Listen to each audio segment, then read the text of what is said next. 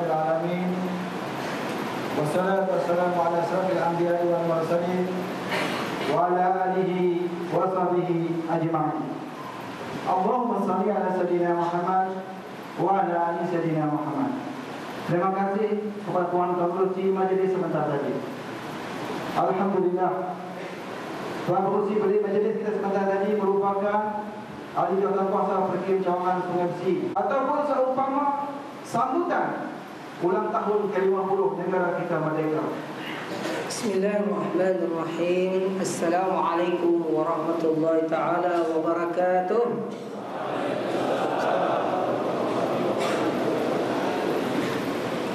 Terima kasih kepada yang berbahagia Tuan Pengerusi Majlis dan muslimin muslimat sekalian. Apabila menyentuh tentang tajuk berkenaan dengan Isra' Mi'raj, biasanya dalam negara kita, khasnya negara-negara umat Islam dan sebar ASEAN ni, sering kita menyambut tentang hari-hari kebesaran Islam. Ustaz ya, hari kebesaran Islam di antaranya nuzul Quran ya, menyambut ambang Ramadan, bulan kedatangan bulan Ramadan yang mubarak. Ini tinggal sebulan lebih ni kita nak menyambut. Adik kita berada akan datang ambang Ramadan mubarak. Adik ada peristiwa-peristiwa awal Muharram, tahun baru Hijriah dan sebagainya. Jadi termasuklah Isra' Mi'raj Rasulullah sallallahu alaihi wasallam.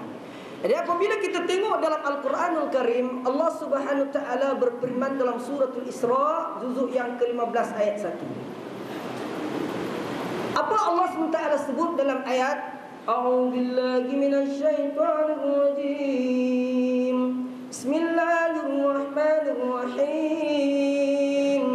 Subhanalladzi asra bi 'abdihi lailan minal masjidil haram minal masjidil haram ilal masjidil aqsa alladzi barakna hawlahu linuriyahu min ayatina innahu huwas samiul basir. Shadaqallahul azim. Masjidil Aqsa yang telah kami berkati sekelilingnya dengan diturunkan para nabi negeri itu, dan apa?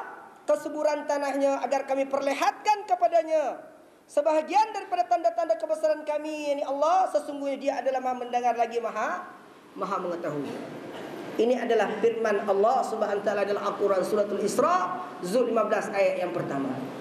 Baik, apa pandangan para alim ulama bila memperkatakan kalimat Isra' Mi'raj? Kalau kita buka dalam tafsir Muktabar, di antara tafsir Ar-Razi, tafsir Qurtubi, tafsir Jalalain, tafsir Ibnu Katsir dan sebagainya, sepakat di kalangan ulama-ulama mufassirin mentarifkan Isra' dengan perjalanan baginda Rasulullah sallallahu alaihi wasallam daripada Masjidil Haram ke Masjidil Aqsa. Isra' maknanya perjalanan, jalan, ya. Perjalanan Rasulullah sallallahu alaihi wasallam, Rasulullah diisrakan, diperjalankan Rasulullah sallallahu dari Masjidil Haram ke Masjidil Aqsa. Kenapa Rasulullah sallallahu alaihi wasallam diperjalankan dalam peristiwa Isra' Mi'raj ini? Kerana Rasulullah sallallahu alaihi wasallam selama 12 tahun, 2 bulan, 22 hari Rasulullah sallallahu alaihi wasallam berada di Makkahul Mukarramah dengan menghadapi rintangan, mehnah, tribulasi dalam perjuangan untuk sebarkan Islam di kota Mekah. Dalam keadaan Rasulullah sallallahu alaihi wasallam berdepan dengan rintangan. Di antara yang menghalang Rasulullah sallallahu alaihi wasallam ialah pak saudara Rasulullah sallallahu alaihi wasallam sendiri, iaitu Abu Jahal. Abu Jahal sendiri pak saudara Nabi. Bila Rasulullah sallallahu alaihi wasallam sebarkan Islam secara sir, secara sunyi-sunyian, kemudian secara terang-terangan, dua peringkat yang Rasulullah sallallahu alaihi wasallam buat untuk kerja Islam di kota Mekah di zaman itu. Bukan orang lain yang menentang, bukan orang lain yang menghalang perjuangan Rasulullah SAW. Di antara yang menjadi ketua adalah pak saudara Nabi sendiri, iaitu Abu Jahal. Baik, dalam keadaan sedemikian Rasulullah menghadapi rintangan dan mehnah. Lalu Allah Subhanahu wa taala angkat martabat Nabi. Allah Subhanahu wa taala tunjukkan mukjizat Rasulullah SAW. Rasulullah angkatkan, muliakan Rasulullah SAW dalam peristiwa Isra' Mi'raj ini. Jadi kalau kita rujuk kepada pandangan ulama, Isra' maknanya perjalanan daripada Masjidil Haram ke Masjidil Aqsa, kemudian Mi'raj pula ialah perjalanan Rasulullah sallallahu alaihi wasallam daripada Masjidil Aqsa di Palestin seterusnya naik ke langit, 7 tingkatan langit, dan sudah bertemu dengan Allah SWT untuk menerima taklif tentang kewajiban solat di waktu sehari semalam. Itu adalah takrif secara rambang berkenaan dengan perkataan Isra dan Mi'raj Rasulullah sallallahu alaihi wasallam. Baik, dalam fitrah perjuangan Rasulullah sallallahu alaihi wasallam, Rasulullah menghadapi rintangan. Bayangkan di kota Mekah di zaman itu penuh dengan berhala, dan 2 berhala yang paling besar ialah berhala Lata dan Uzza. Yang mana pembesar suku kaum Quraisy ini susah menerima apa yang nak disampaikan oleh Rasulullah SAW. Mereka menentang, mereka menghalang Rasulullah SAW. Sehingga kan kalau kita tengok dalam perjuangan Rasulullah SAW, ketika Rasulullah SAW berdakwah di Taif, jasad Nabi bermula dengan darah, dihumban dengan najis. Rasulullah SAW dikepung. Dalam ketika itu Rasulullah SAW dalam keadaan sedih. Rasulullah dah buat kerja-kerja dakwah dah. Rasulullah dah bersungguh-sungguh. Rasulullah SAW menghadapi rintangan dan cabaran. Lalu Allah Subhanahu Taala angkat Nabi, angkat martabat Rasulullah SAW dan peristiwa Isra Mi'raj pada 27 Rajab. Oleh sebab itulah apa yang kita dapat imbaskan dalam peristiwa Isra yang tersirat dan tersurat di dalamnya. Di antaranya dalam peristiwa ini, ketika Rasulullah sallallahu alaihi wasallam di Isra Mi'rajkan ini, Rasulullah sallallahu alaihi wasallam bersama dengan Sayyidina Jibril alaihissalam. Sayyidina Jibril alaihissalam membawa seekor buraq untuk tunggangan Rasulullah sallallahu alaihi wasallam. Baik dalam perjalanan daripada Masjidil Haram ke Masjidil Aqsa. Kalau diikut perjalanan dalam peksirah disebut perjalanan dari Masjidil Haram ke Masjidil Aqsa ni selama sebulan perjalanan menggunakan unta. Dan sebulan perjalanan balik. Rasulullah sallallahu alaihi wasallam diisrakan pada malam tu dengan perjalanan yang cepat. Ketika itu Rasulullah sallallahu alaihi wasallam berada di rumah sepupu dia yang bernama Ummu Hani. Sembahyang Isya bersama dengan mereka. Kemudian Rasulullah SAW sembahyang subuh di Masjidil Aqsa. Oleh sebab itulah di kalangan suku kaum Quraisy tidak percaya berkenaan dengan apa yang disampaikan dalam peristiwa Isra tersebut. Kemudian Rasulullah SAW meneruskan perjalanan dari langit pertama, langit kedua, langit ketiga, keempat, kelima, keenam, ketujuh. Dipertuntunkan tentang 2 keadaan umat manusia. Telah dipersaksikan dengan berbagai rintitan-rintitan yang melanda kepada umat baginda Rasulullah sallallahu alaihi wasallam, dipertuntunkan dalam peristiwa Isra Mi'raj. Di antaranya diimbaskan dalam sejarah yang telah disepakati oleh ulama-ulama tafsir, bukan bersumber daripada cerita Israiliyat. Di antaranya Rasulullah sallallahu alaihi wasallam dipertuntunkan tentang keadaan seorang tua. Seorang tua yang muka dia hodoh. Dengan keadaan dia berjalan pun dalam keadaan bongkok. Memberi salam kepada Rasulullah sallallahu alaihi wasallam, seorang tua. Dengan keadaan dia muka dia hodoh. Rasulullah SAW merasa simpati dan tanya kepada Sayyidina Jibril AS, "Ya Sayyidina Jibril, apakah garangan orang tua yang bunuh muka ini?" Kemudian Sayyidina Jibril menjawab pertanyaan Rasulullah SAW, "Ya Muhammad, ya Habibullah, ya Khalilullah, wahai kekasih Allah, inilah keadaan dunia yang semakin tua." Orang tua tadi diumpamakan tentang dunia yang semakin tua. Dari dunia ni tuan-tuan tak ada nilai di sisi Allah Subhanahu Taala. Akhirnya dunia ini kita akan tinggalkan. Apa yang ada pada kita, kita tak bawa. Segala kemewahan yang ada pada diri kita, rumah-rumah banglo yang kita duduk, kereta mewah yang kita ada, segala sumber kewangan yang kita kumpul, kita tidak akan bawa. Bila kita meninggalkan dunia, akhirnya dunia ini kita akan tinggalkan dunia yang usang ini. Bukan dunia tak penting, tapi jadikanlah dunia itu sebagai wasilah untuk menuju ke alam akhirat. Kemudian Rasulullah SAW dipertuntunkan lagi tentang keadaan satu umat manusia yang makan dia dalam keadaan memakan daging mentah. Yang keadaan daging itu dalam keadaan menetek-netek darah. Sedangkan ada daging yang masak yang terhidang, tetapi diambilnya daging yang mentah tadi. Kemudian Rasulullah SAW merasa sedih tentang keadaan manusia yang melakukan perbuatan sedemikian. Sekali lagi Rasulullah bertanya kepada Sayyidina Jibril alaihissalam, wahai Jibril, apakah gulungan ini adalah termasuk di kalangan gulungan umatku ya Sayyidina Jibril? Rasulullah SAW bertanya kepada Sayyidina Jibril alaihissalam. Kemudian Sayyidina Jibril alaihissalam menjawab, ya Habibullah ya Khalilullah, inilah ya Rasulullah, kata Sayyidina Jibril, keadaan umatmu di akhir zaman.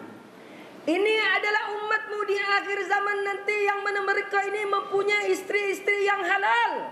Istri-istri Ustaz. Ustaz istri seorang saya. Alhamdulillah. Ustaz dia ada kelebihan sikit tak? Istri-istri. Yang mana dia mempunyai istri di dunia yang halal, tetapi dia pergi lagi ke pub, ke disco untuk melanggan kepada wanita-wanita yang genit-genit, yang cantik-cantik, sedangkan di rumah ada istri yang halal untuk baginya. Ini berlaku muslimin dan muslimat hari ini.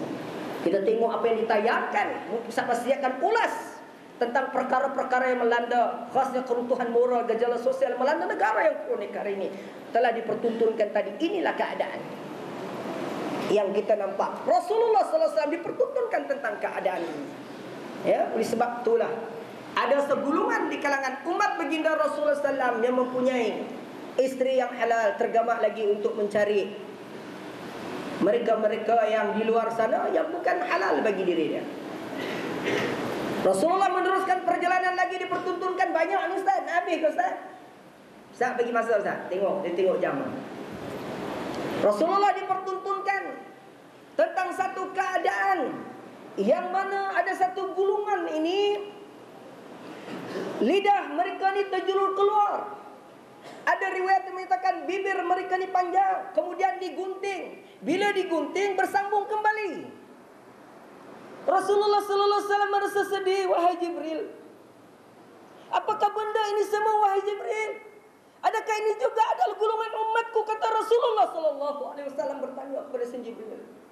Kemudian Sayyidina Jibril menjawab, ya Rasulullah, ya Khalilullah, ya Habibullah, ini juga adalah umatmu ya Rasulullah. Umatmu akhir zaman ya Rasulullah. Yang mana ada segelintir di kalangan umatmu ya Rasulullah. Ini adalah gulungan umatmu akhir zaman nanti, yang mana mereka ini menggunakan lisan dan mulut mereka untuk mengumpat di antara satu sama yang lain. Kemudian Rasulullah sallallahu alaihi wasallam merasa sedih. Rasulullah sallallahu alaihi wasallam berpaling, diceritakan dalam diceritakan oleh para alim ulama dalam kisah Sahih Bukhari Muslim tentang tajuk Isra Mi'raj. Rasulullah SAW tak melihat lama keadaannya seperti yang dipertuntunkan kepada Rasulullah. Rasulullah berpaling dan Rasulullah menangis. Tengok muslimin muslimat, perasaan Nabi, simpati kepada umat baginda Rasulullah sallallahu alaihi wasallam dak ramal. Kemudian seterusnya Rasulullah sallallahu alaihi wasallam dipertuntunkan lagi dengan satu keadaan segulungan umat dia, segulungan manusia yang menghantukkan kepala dia ke benda yang keras, batu besar, dihantukkan kepala itu, kemudian terpancut darah keluar. Dihantukkan kepala itu sehingga ada kepala yang retak dan pecah. Rasulullah SAW dipertuntunkan, lalu Rasulullah merasa heran dan sedih. Ya Jibril, adakah ini juga gulungan umatku ya Sayyidina Jibril? Rasulullah bertanya kepada Sayyidina Jibril alaihissalam. Kemudian Sayyidina Jibril menjawab, ya Rasulullah, ya Habibullah, ini juga adalah umatmu ya Rasulullah. Apa yang mereka lakukan di dunia ni ya Jibril? Rasulullah bertanya lagi, apakah mereka lakukan wahai Sayyidina Jibril? Apakah garangan yang mereka buat sehingga kan mereka ini dalam keadaan sebegini ya Sayyidina Jibril? Rasulullah bertanya kepada Sayyidina Jibril alaihissalam. Kemudian malaikat Jibril menjawab pertanyaan Rasulullah, ini adalah di kalangan umatmu ya Rasulullah. Ini adalah di kalangan umatmu ya Rasulullah, yang mereka ini Islam, mereka ini menjadi umatmu ya Rasulullah, tetapi mencuai-cuaikan sembahyang ya Rasulullah. di kalangan mereka ini cuai di segi ajaran agama ya Rasulullah, tidak menghayati dan tidak beramal ya Rasulullah. Sekali lagi Rasulullah berpaling, tak sanggup menyaksikan dan melihat keadaan yang seterusnya berulang di hadapan dia. Kemudian Rasulullah meneruskan perjalanan lagi, dipertuntunkan pula dengan satu keadaan yang Rasulullah sallallahu alaihi wasallam melewati satu kumpulan wanita yang mana perempuan-perempuan ini dalam keadaan cantik, rambut mereka lurus panjang. Tiba-tiba rambut mereka ini disambar oleh api sehingga kan hangus ke semua rambut perempuan, gulungan perempuan yang dipertuntunkan tadi. Kemudian Rasulullah sallallahu alaihi wasallam bertanya, "Ya Sayyidina Jibril, apa pula garangan ini di kalangan perempuan pula? Siapa mereka ini ya Jibril? Adakah mereka juga daripada kalangan umatku?" Rasulullah bertanya. Sayyidina Jibril menjawab, "Ya Rasulullah, ya Habibullah, ini juga adalah umat. Mereka ini dalam keadaan berpakaian tapi bertelanjang ya Rasulullah. Mereka ini adalah di kalangan umatmu, di kalangan perempuan yang Allah SWT berikan kecantikan, keindahan tubuh badannya ya Rasulullah. Akan tetapi mereka ini dalam keadaan berpakaian tapi bertelanjang, kadang tidak menutup aurat." Rasulullah berpaling daripada keadaan itu, tidak menyaksikan keadaan penglihatan yang seterusnya. Seterusnya Rasulullah sallallahu alaihi wasallam dipertuntunkan tentang satu keadaan gulungan yang disebut oleh mufassirin sebagai gulungan ahli syurga. Hak yang tadi semua itu dipertuntunkan tentang gulungan ahli neraka. Sayyidina Jibril alaihissalam membawa Rasulullah SAW meneruskan perjalanan lagi menunggang Rasulullah menunggang seekor borok ini tadi. Rasulullah SAW dipertuntunkan tentang satu keadaan kumpulan manusia yang sungguh teratur dan tertib. Muka mereka berseri-seri, keadaan mereka begitu cantik, dan suasana tempat tinggal mereka, perkampungan mereka dalam keadaan aman, cantik, indah. Muka mereka berseri-seri, mereka menuai satu tuaian. Apabila mereka petik tuaian itu, akhirnya tumbuh kembali. Mereka tuai dan tumbuh kembali, mereka tuai dan tumbuh kembali. Kemudian Rasulullah SAW bertanya dengan keadaan gembira Nabi. Dalam keadaan dipertuntunkan banyak lagi sebenarnya Ustaz ya. Tapi Ustaz dah tengok jam dulu. Banyak lagi yang dipertuntunkan kepada Rasulullah tentang gulungan ahli neraka ni. Rasulullah SAW dipertuntunkan pula tentang keadaan satu gulungan ahli syurga. Rasulullah gembira sedikit. Rasulullah membuka mata dia besar-besar, tengok lihat keadaan tersebut. Ya Sayyidina Jibril, apakah ini gulungan umatku? Aku sungguh gembira melihat keadaan ini ya Jibril. Kemudian Sayyidina Jibril alaihissalam menjawab, "Ya Rasulullah, ini adalah umatmu. Mereka ini adalah gulungan umatmu dan mereka ini adalah calon-calon syurga ya Rasulullah. Mereka ini masa hidup di dunia dulu mereka melakukan kebajikan ya Rasulullah. Maka akhirnya segala amal soleh yang mereka lakukan mereka tuai di akhirat nanti ya Rasulullah." Rasulullah senyum dan Rasulullah minta izin, "Ya Jibril, bolehkah kita tengok sekejap lagi? Saya nak lihat lagi," kata Rasulullah sallallahu alaihi wasallam. Tetapi Sayyidina Jibril kata, "Kita teruskan perjalanan ya Rasulullah." Kata Sayyidina Jibril. Akhirnya Rasulullah sallallahu alaihi wasallam sampai ke langit yang ketujuh. Bertemu dengan Nabi Musa alaihissalam. Rasulullah memberi salam ke Nabi Musa alaihissalam.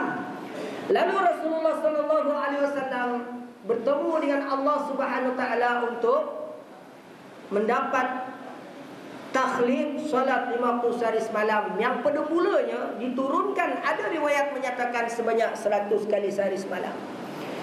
Rasulullah sallallahu alaihi wasallam bertemu dengan Allah Subhanahu wa taala dalam Isra Mi'raj ni untuk kewajiban solat waktu sehari semalam yang asalnya 100 kali. Bila Rasulullah SAW turun, Sayyidina Musa alaihissalam tanya kepada Rasulullah SAW, "Ya Muhammad, berapakah rakaat solat yang diperintahkan oleh Allah SWT ke atas umatmu?" Kemudian Rasulullah menjawab, "Sebanyak 100 kali." Nabi Musa alaihissalam menyatakan kepada Rasulullah SAW, "Ya Muhammad, naik balik. Sesungguhnya umatku adalah umat yang besar-besar. Mereka ni gagah perkasa. Umatku," kata Nabi Musa, "adalah di kalangan umat yang kuat-kuat, gagah perkasa. Mereka tak mampu untuk melaksanakan tentang syariat yang aku bawa dulu. Apalagi umatmu yang kadir-kadir, umatmu akhir zaman. Kata Sayyidina Musa beritahu kepada Rasulullah SAW. Rasulullah naik lagi. Kemudian mengadu kepada Allah, minta dikurangkan solat waktu 5 hari sehari semalam. Kemudian ada riwayat menyatakan 50 kali. Rasulullah ditegur oleh Musa lagi, suruh naik lagi sampailah kepada 5 waktu sehari semalam. Kemudian apabila Rasulullah turun, jumpa dengan Nabi Musa, yang akhir sekali berapa ya Muhammad? Kata Nabi Musa, apakah Rasulullah SAW jawab, tinggal 5. Kemudian Nabi Musa AS menyuruh Rasulullah naik lagi. Aku dah segan, kata Rasulullah SAW, untuk bertemu dengan Allah dan minta kurang. Jadi muslimin dan muslimat sekalian, dalam Isra Mi'raj Rasulullah SAW, apa yang nak disampaikan dalam peristiwa Isra Mi'raj ini ialah tentang takhlif kewajiban mengerjakan sembahyang mengerjakan solat 5 waktu sehari semalam. Yang mana letak kewajipan kepada setiap individu muslim. Dan kita kena ingat, dalam satu mafhum hadis Rasulullah SAW yang awal sekali, dihisab di sisi Allah Subhanahu Wa Taala tentang amalan seorang hamba itu ialah solat. Jika solat itu baik, maka diterimalah segala amalan. Jika solat itu tak diterima, maka seluruh amalannya ditolak di sisi Allah Subhanahu Wa Taala. Jadi kewajipan solat ini adalah rukun Islam yang kedua dalam agama kita, dan wajib ain kata setiap individu muslim yang mukallaf. Jadi ana rasa Ustaz, setakat itu saja untuk round yang pertama. InsyaAllah kita akan masuk round yang kedua. Jangan ke mana-mana insyaAllah. Alhamdulillah. Terima kasih kepada yang mulia Ustaz yang telah mengupaskan dengan jelas sejarah yang tersurat dan tersirat yang berlaku di dalam peristiwa Isra dan Mi'raj. Saya rasa untuk muslimin muslimat pada malam ini bersemangat, dan tanamkan semangat itu yang seluruh tuan-tuan muslimin muslimat, menjadikan panduan, menjadikan peringatan dulu hati kita supaya kita ikhlas kepada Allah Subhanahu Wa Taala. Kita masih bersihkan pertama. Saya ingin mengajukan soalan kepada ahli panel kita yang kedua, yaitu Al-Fadhil Ustaz Masjizi, yang tidak sabar-sabar berkongsi pengalaman, berkongsi pandangan, berkongsi keilmuan beliau. Baik Ustaz, sebagai muslim, kita wajib percaya setiap sesuatu yang berlaku itu ada hikmahnya. Begitulah juga dengan baginda Rasulullah SAW. Peristiwa yang berlaku ini adalah hikmah yang berterusan illa yaum qiyamah. Sehubungan dengan itu Ustaz, mungkin Ustaz boleh kaitkan peristiwa Isra dan Mi'raj di dalam situasi-situasi ataupun isu-isu semasa kehidupan kita manusia akhir zaman ataupun dikenali dengan zaman moden. InsyaAllah minta Ustaz mengumpulkan bagaimana pandangan Ustaz. InsyaAllah, silakan Ustaz. Bismillahirrahmanirrahim. Assalamualaikum warahmatullahi wabarakatuh. Pada Tuan Pengerusi Pimpinan Perkim Sungai Besi dan sah kepimpinan Perkim Wilayah, Persekutuan serta pengarah ILP, pada adik-adik, pada ahli ulama kita, tutup guru, ya, saya dipahamkan tadi ramai kegiatan kerajaan yang ada daripada JAKIM, daripada Jawi, daripada semua yang hadir pada malam ini, muslimin muslimat, mudah-mudahan kehadiran tuan-tuan ini dalam barakah Allah Subhanahu Wa Taala. Baik, saya nak menjawab soalan yang dikemukakan oleh pengerusi forum tadi berkaitan dengan hikmah. Tadi Ustaz Farhan dah cerita panjang lebar tentang konsep sejarah dan perkara-perkara yang berlaku dalam peristiwa Isra Mi'raj yang berlaku kepada Nabi kita Muhammad sallallahu alaihi wasallam. Jadi saya nak kupas. Tadi cerita ni kalau kita cerita, dia akan menjadi suatu sejarah. Dia akan menjadi suatu cerita yang kalau tak dikupas kepada hak ewas masanya, maka dia akan jadi cerita yang tinggal cerita. Atau kadang-kadang bila orang-orang kita yang terlibat dalam dakwah, dia duduk tempat bagus-bagus, dia kat surau masjid, dia tak pernah turun kat medan kat luar sana, maka dia cerita. Banyak yang cerita kawan baru balik daripada kelab malam, kawan baru balik pada tempat maksiat. Mungkin sesekali dia datang surau, dia nak keinsafan, kita banyak cerita zaman Firaun, zaman Namrud, cerita-cerita sejarah dulu. Maka cerita akan jadi tinggal cerita sebab dia kata itu zaman Firaun, itu zaman Namrud, tak ada kena-mengena dengan zaman kita. Itu yang jadi tak berkait dengan mutlaqal hal, hal awal semasa. Sebab itulah setiap perkara yang kita kupaskan mesti kita kaitkan dengan suasana semasa.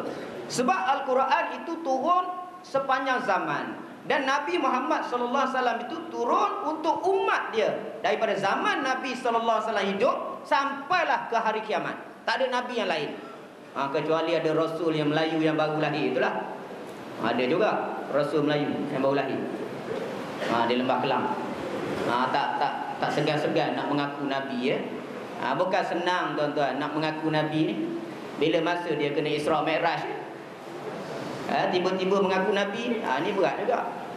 Jadi penyakit perasan manusia ni memang banyaklah di zaman. Baik, muslimin muslimat yang dirahmati oleh Allah Ta'ala sekalian, saya nak mengupas dalam konteks hikmah di sebalik peristiwa Isra Mi'raj ini melalui 5 peringkat yang saya nak kupas pada malam ini. Yang pertama sekali ialah hikmah di sebalik peristiwa Isra Mi'raj ini ialah proses Allah Subhanahu wa taala nak memujuk Nabi sallallahu alaihi wasallam yang ketika itu sedang menyampaikan dakwah di ketika masyarakat Quraisy sedang melakukan penindasan, melakukan kezaliman, melakukan penghinaan. Jadi hati Nabi ketika itu benar-benar goncang dengan ujian-ujian yang datang. Sedangkan perkara yang Nabi bawa ini perkara yang Nabi bawa ini perkara yang Nabi belum lihat lagi secara keseluruhan. Walaupun Nabi telah diangkat menjadi rasul dalam peristiwa Isra, dalam peristiwa turunnya ayat Isra bismi rabbikal ladzi khalaq di Gua Hira. Walaupun Nabi telah diangkat menjadi rasul, tetapi proses untuk menjadi seorang nabi, ini kena faham. Proses untuk menjadi seorang nabi, seorang rasul, seorang yang menyampaikan ilmu-ilmu yang berkaitan dengan perkara-perkara rukun iman, benda yang tak nampak. Tuan-tuan, proses nak memberi ilmu. Sebab itu kadang-kadang kita tak heran hari ni orang mengaji ilmu tinggi, jahat buat jahat. Otak cerdik, perangai hodoh.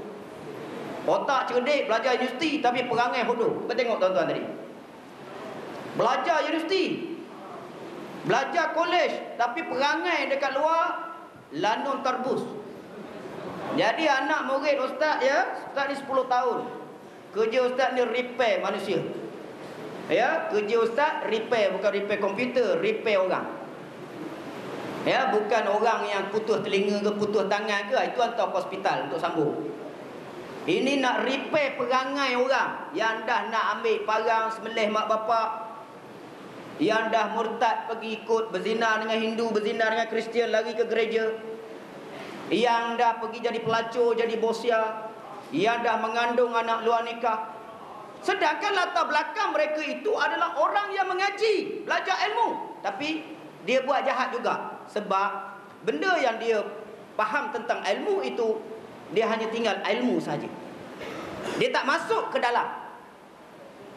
Ini dia sebab itu pendakwa-pendakwa kita, kalau kita nak kepada suasana ilmu kita yang sebenar, teruji atau tidak dakwah kita, kita kena turun daripada kawasan selesa. Ini macam Malam Merdeka tahun lepas kita turun 1,400 orang pergi kat Dataran Merdeka, pergi kat KLCC, pergi kat Sawai Legun, pergi kat Bangsa, pergi jumpa anak-anak muda yang tengah minum arak, anak-anak muda yang tengah mabuk, anak Melayu yang tengah buat maksiat. Kita pergi tegur mereka, dakwah mereka. Itu dia live dia kerja dakwah. Kalau tuan-tuan buat kerja dakwah, balik-balik seminar, duduk tempat yang terkumpul orang baik-baik saja tuan-tuan takkan terasa cabaran dakwah. Sebab itu Nabi SAW bukan hanya berdakwah dalam kelompok sahabat-sahabat saja, tetapi Nabi berdakwah daripada dakwah sir kepada dakwah terbuka. Dan bila berdepan dengan dakwah terbuka inilah, menyeru secara terbuka kepada masyarakat Quraisy Mekah yang sebelum ini syirik kepada Allah, menyembah Lata dan Uzza, menyembah berhala, tiba-tiba nak dibawa kepada menyembah agama baru. agama Allah Subhanahu wa taala, maka sudah tentu mendapat tentangan yang hebat. Kerana ia berlawanan dengan ajaran datuk nenek moyang, ajaran-ajaran yang diamalkan oleh keturunan Abu Lahab, Abu Jahal dan sekutu-sekutunya sebelum daripada Nabi sallallahu alaihi wasallam membawa ajaran ini. Maka sebab itu tekanan itu berlaku. Tekanan itu berlaku, ujian itu berlaku, maka proses tekanan inilah yang menyebabkan kadang-kadang bila ujian sampai kepada kita, tuan-tuan, kadang-kadang dia terbit setan bisik ke hati, betul ke ajaran yang kita bawa ni? Dia sampai situ. Betul ke ajaran yang kita bawa ni, yang kita ni teruk sangat kena tekanan ni, betul ke? Ya? Kena pula kawan-kawan kita, jiran-jiran kita yang tak faham pula, dia kata, kau kuat sangatlah buat kerja dakwah, sudahlah, tak payahlah beria teruk-teruk sangat, duduk dekat rumah je, ya, tak payah datang surau pun, kalau semayang Tuhan terima juga. Dia kempen pula bagi kita lemah semangat. Bukan nak kempen bagi kita kuat semangat. Malam ini kita bagi kuat semangat. Ni orang panggil ustaz tiga lain. Jadi jangan terkejut tengok kereta tu. Itu dia ustaz tiga lain punya pendekatan. Sebab kalau sebulan kuliah dekat surau masjid, ustaz yang beri kuliah itu kita dah faham dah. Ya, bila beri kuliah je kita dah tahu dah yang datang ke masjid tu anak-anak muda kurang datang. Orang tua-tua dah berumur, ya. Jadi ustaz-ustaz yang ganas-ganas, brutal-brutal, dia tak boleh masuk banyak sangat. Sebab banyak orang yang datang tu lemah jantung, kecil manis, darah tinggi, ya. Tu dia. Jadi bila dia ceramah kuat-kuat kan, jadi kalau dia urut dada je lemah jantung. Itu lain kali kita tu saya panggil dah ustaz ni bahaya, dia kata. Penyakit jantung saya semakin menjadi-jadi. Itulah banyak komplain kat surau masjid sekarang. Sebab itulah bila saya bawa kereta dengan pendekatan macam tu, nazir masjid tengok, ustaz ni macam orang muda je, brutal je, kata. Memanglah. Sebab saya nak tackle orang muda. Sebab mungkin dah dekat 29 orang ustaz yang kuliah tiap-tiap hari dekat surau masjid tu beri pendekatan kepada orang tua, berkitab, mengaji dan sebagainya. Kita nak beri pendekatan kepada orang muda. Sebab tu kalau saya ceramah kepada orang muda, saya sekolah agama Rawang, saya ceramah pukul 9 sampai pukul 12, dah 3 jam dah, gaya bebas punya ceramah. Saya kata cukup, berhenti. Ustaz dah nak balik ke dusun tua, kau orang nak sekolah besok, masuk asrama. Tak mahu ustaz. Ustaz sambung lagi sampai pukul 1. Kami sanggup turun, kami sanggup tunggu. Itu budak-budak minta 4 jam nak sambung. Jadi nak menunjukkan ini sentuhan anak-anak muda. Sebab itu kalau tak ada sentuhan anak-anak muda, ustaz tak boleh turun pergi jumpa anak-anak muda. Ustaz faham. Sebab konsep tiga lain, dia bukan hanya memuluti, dia kena menangani. Itu tiga lain. Tiga lain perkit, ya. Tengok best tiga lain. Bila tiga lain turun nanti kamu akan tahu malam mereka. Merempitlah. Kau buatlah couple-couple. Penuh masjid KLCC dengan masjid Sawir Legun nanti kami kumpulkan. Tengok, Ustaz Farhan akan pimpin di masjid Sawir Legun, Ustaz akan pimpin di masjid KLCC. InsyaAllah tahun ni kita turun 3,000 orang untuk gempur 15 kawasan. Jadi siapa yang berminat operasi live, turun. Saya dah umum tadi di radio IKIM tentang operasi. Dan 18 hari bulan 8 ini pukul 9 malam, 18 hari bulan 8 ni sila lapor diri di Masjid KLCC untuk taklimat akhir operasi besar-besaran 50 tahun mereka. Kita ada operasi juga dalam kerja dakwah. Baik, ini proses Isra Mi'raj ini adalah proses Nabi, ya, dipujuk oleh Allah dengan memberikan suatu keistimewaan yang tidak pernah dapat oleh nabi-nabi sebelumnya. Tu dia. Nabi-nabi sebelumnya tak dapat dan juga orang lain tak dapat. Tapi Allah beri sebab Nabi nak bawa benda yang besar, nak jadi pemimpin agung, nak jadi kekasih Allah, maka dia mesti beri keistimewaan. Sebab itu maka peristiwa Isra Mi'raj ini adalah peristiwa Allah memperjalankan, ya, Nabi dan memperlihatkan berbagai-bagai peristiwa yang dapat meyakinkan dengan mata kepala Nabi sendiri tengok. Kita ni cerita neraka, tuan-tuan tahu apa? Cerita neraka, cerita murtad. Lagi pula, murtad ustaz tepung kastad, murtad ustaz. Dekat sama 2 kali 5, tak ada apa. Kadang ceramah tu kita cerita bab murtad, Lina Joy murtad. Dia kata alah murtad dekat sama dengan ustaz tepung kastad. Tak ada apa-apa. Sebab apa hari ni kita ni lambat panas? Sebab makan banyak daging beku, sebab tu hati jadi beku. Kita ni nak hidupkan hati. Supaya hati kita ni sentiasa mengalir darah orang yang ingin memerdekakan agama kita, memerdekakan iman kita. Jangan ilmu saja yang bercerdik pandai, boleh buat itu, boleh buat ni. Lalat mati jatuh ke batu bambu, tak berbaloi. Kita tak nak jadi macam tu. Ilmu tinggi, kita tak boleh mengatasi mereka. Sebab Allah dah beri kelebihan. Orang kafir dia akan hebat dalam bab keduniaan mereka. Sebab mereka 24 jam mereka tumpu masa untuk bangunkan teknologi keduniaan. Kita terima benda-benda yang dah pakai, baik komputer ke, baik handset ke, benda dah orang kata dah orang barat dah pakai dah lama dah. Sebab itu hantar kapal terbang buruk kat kita. Zaman Vietnam punya, tahu berapa biji dah terjun. Mati bukan mati berjuang, mati peri je. Ya kan? Kita kadang-kadang sedih tengok. Sebab apa? Teknologi kita nak kejar sekalipun, nak caling barat, tak boleh. Sebab Allah beri kelebihan dah kepada orang kafir. Tapi kita orang Islam ada kelebihan yang lain yang mereka tidak ada. Yang ini yang kita kena cari. Kita ada kekuatan dalaman, kekuatan rohani. Itu yang meletakkan kita boleh menguasai ilmu akhirat. Ilmu yang orang kafir tak nampak. Dia ingat orang Cina. Cuba tengok orang Cina bila dia nak mati, tak, dia boleh jolok rasuah. Kemudiannya dia bina pejabat dia. Tuan-tuan tengok tak? Bila dia mati, Nirwana Memorial Park, tuan tengok tak? Dia punya kubur dia. Kubur orang Islam kecil je. Kubur dia satu bukit tu. Satu bukit tu habis kubur dia je. Lepas tu berapa saiz kaki tu satu tokek mati. Kita dia bagi tahu siap segala harta dia disimpan dalam kubur. Siap ekon bawah kubur cerita lu. Siap ekon. Sebab apa? Sebab dia fikir bila dia bawa banyak duit dekat dunia dia boleh jolok, ada wang. Sebab itu dia pusing wang besar. Siapa ajar? Siapa ajar wang besar? Itulah dia. Yang kita ikut tu. Wang besar. Sebab bagi dia ada wang itu Tuhan. Semua boleh jolok punya. Itu polis pun jolok wang, itu penguasa jolok wang. Semua kalah dengan wang punya. Dia fikir macam tu. Sebab itu bila dia masuk dalam kubur besok, dia tahu dah dia banyak buat dosa. Kaki perempuan, kaki arak, kaki judi. Dia tahu dah dia akan kesesa. Tapi dia bawa wang. Sebab apa? Bila malaikat tanya, "Marabuka?" Jangan cerita banyaklah tu. Okey. Wang kasih lu satu tong. Ini duit. Dia kira dia boleh rasuah lu kanan kiri. Itu dia kepercayaan dia orang. Tapi toke Cina ni tuan-tuan, orang kubur Cina ni, dia takut. Dia dengan banyak-banyak orang dia tak takut. Sebab dia ada duit, dia semua boleh jolok. Dia cuma takut dengan satu kumpulan manusia saja. Apa dia kumpulan dia? Kumpulan yang paling ditakuti oleh orang Cina ni, toke-toke di kubur-kubur ni yang dah mati ni.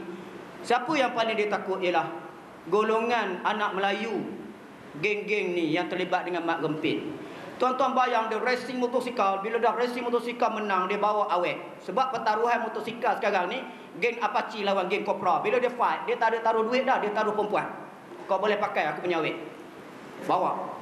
Dia bawa kat mana tuan-tuan? Dia tak bawa kat kubur Melayu. Itu pandainya mak gempit ni. Sebab tu tadi bila tunjuk gambar mak gempit, ada aku tengok tadi dah bersorak dah. Itu mesti geng-geng dia tu. Ingat kita tak nampak tu. Itu mesti spesies-spesies dia. Kita tahu dah tu. Jadi kita nampak tu, bila dia mak gempit bawa awet ni, dia nak buat projek, dia tak pergi kubur Melayu. Takut mati steam tu. Dia tak pergi. Dia pergi kubur Cina. Sebab kubur Cina landing dia luas sikit. Kalau 20-30 orang buat projek, dia kira jadi satu geng. Bila dia pergi ke situ, dia pun buat projek. Itu yang anak murid yang masuk tempat saya yang ada bosia, kadang-kadang 20 lelaki kerjakan ramai-ramai. Hasil daripada mempit. Seorang gadis perempuan 16 tahun, 14 tahun dikerjakan 20 lelaki. 30 lelaki. Dia akikah. Tahu akikah dah? Kita akikah orang tua-tua lain. Akikah budak-budak kita sekarang dah lain. Tu dia. Sebab tu kalau buka handset ni, tuan-tuan boleh tengok macam mana cara dia akikahkan. Ya. Ustaz ada semua rakaman pelajar-pelajar buat projek. Jangan bimbang. Kita ni 18 SX dengan 18 SD. Ada dah file dalam Ustaz. Nak buka, nak bertulis, nak dalam handphone, nak dalam, semua ada. Itu dia nak cerita. Tunjuk menunjukkan peristiwa-peristiwa yang Al-Fadhil Ustaz Farhan cerita tadi, yang orang berzinanya dengan orang yang meninggalkan solatnya diseksa begini, dengan umat yang buat maksiat akan diseksa begini-begini ahli neraka tu, maka itulah dia nak meyakinkan supaya Nabi sallallahu alaihi wasallam bila dia nak menyampaikan kepada umat nanti, dia dah diperlihatkan. Maka orang yang melihat secara live, maka dia akan yakin. Sama tuan-tuan, kalau saya cerita ni dekat Coket tu, kat lorong Haji Tayyib tu, lorong Haji Tayyib, masya-Allah Syekh Tayyib, ya. Tayyib bahasa Arabnya baiklah. Haji yang amat baik. Tayyib, masya-Allah. Jadi di lorong Haji Tayyib tu, kalau ustaz cerita, dekat situ ada dekat 100 orang lebih pelacur yang sedang menjalankan projek tiap-tiap malam. Mungkin tuan-tuan tak percaya, para pendakwa kita tak percaya, sebab kita tak pergi tengok. Tapi kalau ustaz bawa pendakwa ni, jom kita pergi reki, kita pergi menyamar masuk, maka kita akan nampak dengan mata kita sendiri. Maka bila kita cerita tentang gejala sosial, tuan-tuan, orang yang dah masuk, dia akan rasa bimbang dia. Sama tak dengan orang yang bercerita tapi dia tak masuk ke medan? Sama tak? Takkan sama. Sama juga tuan-tuan belajar teori, masuk kelas, ILP, ya, masuk kat kelas cerita tentang nak repair motosikal ni, buka enjin ni, pergi overhaul ni. Itu teori. Bila masuk praktikal, dia dah jadi berbeza. Ya, benda yang berbeza. Jadi macam Perkit, kami bukan hanya buat dakwah, seminar, forum, kita live turun dalam medan, bergelumang dengan mereka-mereka yang betul-betul mengendalikan masalah-masalah yang terjadi pada umat kita. Jadi sebab itu kita bercerita tu macam kita cerita balik daripada perang. Kita cerita di Iraq, di Palestin. Kita cerita di sini, kita cuma tengok TV. Tapi orang yang pergi tengok sendiri di Palestin, dia sendiri tengok umat Islam dibunuh, disembelih. Maka bila dia balik ke sini, dia bercerita, suasana dia macam mana dia cerita. Tentu dia bercerita dengan suara yang keras, suara yang kuat, sebab dia tengok live. Mungkin dia pun kena peluru juga, ada kesan berparut kena peluru, Israel tembak dia. Maka dia cerita serius tuan-tuan. Berbanding dengan kita ni yang baru saja selesai majlis musabaqah Al-Quran, kita pun datang cerita bab Palestin, ada tak ada benda dia kata. Kita Palestin ni sebab kita orang pun baru majlis musabaqah baru ni ada. Merdu suara orang tu baca Quran. Itu je lah. Sebab kita nampak yang luaran, kita tak nampak yang dalaman. Jadi sebab itu Islam ini dia mesti masuk ke dalam. Rumah Allah ini kita tak tahu meriah atau tidak, makmur atau tidak, ada ruh atau tidak. Kalau kita tak tengok daripada luar, cantik masjid sini, ada bumbungnya, ada kubahnya apa besar. Masjid KLA cantik. Tapi bagaimana program mengimarahkannya di dalam? Adakah ada ruh? Ada masjid besar, macam Ustaz Farhan cakap, kuliah subuh paling ramai 5 orang. Masjid KLA contoh. Kuliah subuh paling ramai 5 orang, banyak tiang daripada orang. Tuan-tuan boleh fikir tak? Maknanya luar orang nampak besar, cantik, gah, tapi dalam kosong. Jadi sebab itu dalam bab ini Allah nak memberi kekuatan dalaman ini, ya, dalam peristiwa Isra Mi'raj. Dan kemudian juga dalam peristiwa ini Allah nak menunjukkan kebesaran kerajaan dia. Allah ni adalah walillahi junudus samawati wal ardh. Allah Taala ni mempunyai kerajaan di langit dan kerajaan di bumi. Allah ni mempunyai tentera di langit dan tentera di bumi. Ya, kerajaan besar macam Firaun pun bila Allah nak menjadikan kemusnahan, sekelip mata saja Firaun dan bala tenteranya ditenggelam di dalam Laut Merah. Ya, kerajaan besar macam Namrud sekalipun yang hebat, ya, bila Allah Subhanahu taala nak memusnahkannya, maka binasalah kerajaan Namrud. Jadi sebab itu tuan-tuan, kita yang memiliki kekuasaan ni jangan rasa hebat sangatlah. Sebenarnya pinjaman sahaja apa yang kita pegang. Ya, yang besarnya adalah kebesaran Allah SWT. Sebab itu bila kita masuk kepada alam-alam akhirat ini, maka kita akan nampak bahawa kerajaan Allah tu maha besar, maha luas. Ya, sebab ketika kita mati nanti, maka Allah ketika itu nak menyoal kita, maka yang bekerja bukan lagi penguasa, bukan lagi polis, bukan lagi tentera, tapi yang nak bekerja ketika itu siapa? Ialah para malaikat Allah Subhanahu Wa Taala. Kita akan nampak betapa hebatnya malaikat Allah. Kita nampak betapa ramainya jumlah tentera Allah. Kita nampak betapa hebatnya, ya, garangnya malaikat-malaikat Allah dalam melaksanakan tanggungjawab dia. Betapa patuhnya malaikat-malaikat Allah dalam melaksanakan tanggungjawab dia. Jadi kita akan diperlihatkan. Tapi sekarang ni kita nampak dunia dengan kehidupan manusia. Baik, yang keempatnya ialah di mana Allah SWT nak meletakkan suatu amanah melalui Nabi kita Muhammad sallallahu alaihi wasallam, iaitu bila kita ini nak menjadi orang yang hebat, Bila kita ni nak menjadi umat Nabi Muhammad SAW, nak memeluk Islam, nak berpegang dengan agama Allah, maka kefarduan solat sebagai imaduddin, tiang agama, mesti ditegakkan. Sebab solat ini adalah penghubung antara diri kita dengan Allah Subhanahu Wa Taala. Di mana saja kita pergi, selagi kita bersolat, hubungan kita dengan Allah tidak putus. Maknanya tuan-tuan, sebab tu Profesor Dr. Hamka pernah berkata, kalau orang masuk kat dalam masjid, dia tak pakai tudung, pakai skirt, jangan marah lagi, biar dia semayang dulu. Mana tahu dalam semayang nanti dia dapat hidayah Allah, tiba-tiba keluar daripada masjid pakai tudung, tutup aurat. Sebab itu dalam kerja dakwah ni kita kena sabar. Jangan kerja nak terkam cepat sangat. Jadi kita kena sabar, beri peluang. Beri peluang, jangan tak beri peluang. Sebab tu orang nak bertaubat kat tempat saya datang. Saya sekarang ni bela 70 remaja perempuan kat rumah saya. Semua yang ganas-ganas, mak bapak minta tolong dah. Oh, ustaz, anak saya begini-begini. Kemudiannya buat sign agreement dengan saya pun hantar pasukan task force saya untuk pergi tangkap dia kat rumah. Tangkap tu kadang-kadang smackdown dulu. Sebab kepala tengah berdengung kena syabu. Dah pegang parang, dah terajam itu, terajam ni. Jadi kita hantar tu paling kurang yang black belt lah paling kurang. Kan? Jadi dia kena.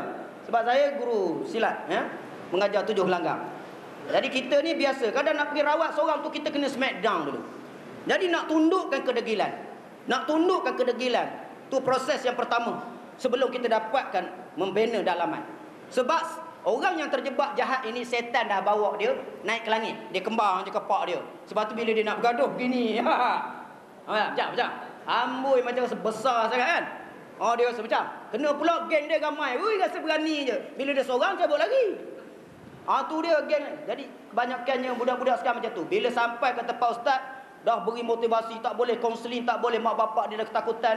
Jadi ustaz terpaksa beri sepak loji nama dia. Wa qala Musa inni a'udzu bi rabbi wa rabbikum min kulli mutakabbirin la yu'minuna bi yaumis. Bagi sepiji. Setan tu yang duduk kat tengkuk dia, dia gelim macam tu kan. Ustaz bagi terbang setan tu. Terus dia balik ke kerajaan bumi, faham tak? Baru dia sedar siapa diri dia. Tahu tak orang kena rasuk, berkata bomoh apa orang mengubat, dia tak sedar. Jadi bila tak sedar diri tu, dia humban orang tu, dia humban, betul tak? Tapi bila dia sedar balik, maknanya setan tu dah tinggalkan dia, maka dia jadi lemah balik, betul? Itulah keadaan orang yang terlibat kegiatan sosial. Dia kena rasuk di setan. Sebab tu perubatan dia ada proses dia. Peringkat pertama kita terpaksa ganas sikit. Peringkat kedua baru kita bagi air, minum, mandi. Dia ada proses-proses di dalam rawatan. Sebab itu anak-anak ustaz yang ada kat sana, tanya Ustaz Farhan, siapa-siapa yang datang ke tempat ustaz. Alhamdulillah 2 bulan, 3 bulan duduk ustaz dah jadi elok, dah comel dah. Dah rajin menyembah Allah, berzikir setiap solat, setiap waktu. Dan yang akhir sekali ialah Allah Subhanahu Wa Taala nak memberi keberkatan. Barakna haulah. Allah Ta'ala memberkati perjalanan Nabi SAW tu dan apa yang Nabi lakukan dalam usaha menyampaikan agama Allah Ta'ala ini. Walaupun berbagai ujian, walaupun dihina oleh manusia, maka Allah memberkati setiap itu. Maka perjalanan itu diberkati oleh Allah SWT. Jadi tuan-tuan, hidup kita kena ada berkat Allah. Rezeki pun kena ada berkat. Ada orang gaji 10,000 tak cukup tuan-tuan, sebab tak berkat. Ada orang gaji mungkin 1,000 je, tapi dia berkat dengan izin Allah.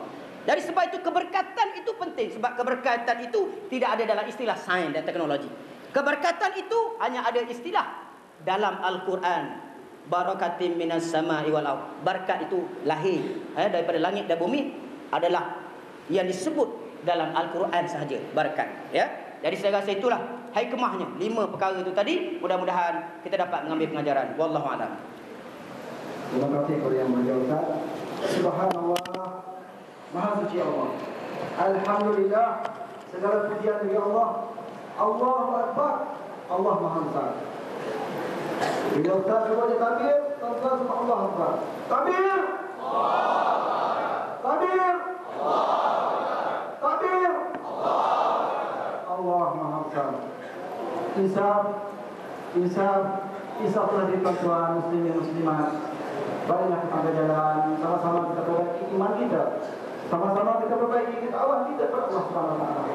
Contohlah Nabi kita, contohlah Nabi kita. Berpegang 2 perkara kata Nabi. Aku meninggalkan umatku Aku kembali menemui Allah kata Nabi, 2 perkara aku tinggalkan di dunia ini. Yang pertama, tuan-tuan muslim dan muslimat, Al-Quranul Karim. Yang kedua, sunnah kata Nabi ataupun hadis-hadis Nabi sallallahu alaihi wasallam. Bagaimana kita nak menjadi seorang Islam yang disarankan oleh Perdana Menteri kita cemerlang terbilang, maka hendaklah kita kuatkan iman kita, keyakinan kita kepada Allah Subhanahu wa taala. Jangan tinggalkan salat adalah tiang agama. 2 perkara saya nak bagi pokok pada tuan-tuan muslimin muslimat malam ini. Pegang yang pertama, yang merupakan asas agama Islam. Yang pertama merupakan rukun Islam. Yang kedua, rukun iman.